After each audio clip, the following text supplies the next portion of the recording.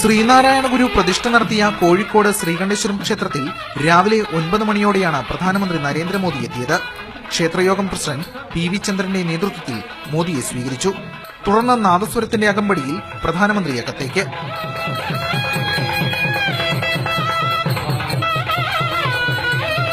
പ്രദക്ഷിണം വച്ച ശേഷം ശ്രീകണ്ഠേശ്വരന് മുന്നിൽ കാണിക്കയർപ്പിച്ച് അദ്ദേഹം തൊഴുതു. ക്ഷേത്രം പൂജാരിയിൽ നിന്ന് അനുഗ്രഹം വാങ്ങിയ ശേഷം തൊട്ടടുത്തുള്ള ഗുരുദേവ പ്രതിമയ്ക്ക് മുന്നിൽ പ്രധാനമന്ത്രി നമിച്ചു.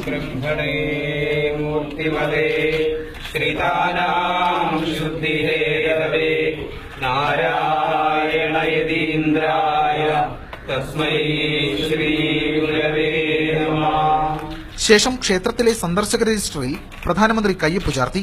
പിന്നീട് ക്ഷേത്രം ഭാരവാഹികൾ മോദിയെ പൊന്നാടിയണിയിച്ച് ആദരിച്ചു. 20 മിനിറ്റോളം ശ്രീകണ്ഠേശ്വര ക്ഷേത്രത്തിൽ ചെലവഴിച്ച മോദി നേരെ ദേശീയ സമ്മേളന വേദിയിലേക്ക് നീങ്ങി. ക്യാമറാമാൻ ബിജീഷിനൊപ്പം എസ് രാഗിൻ, മാതൃഭൂമി ന്യൂസ്, കോഴിക്കോട്.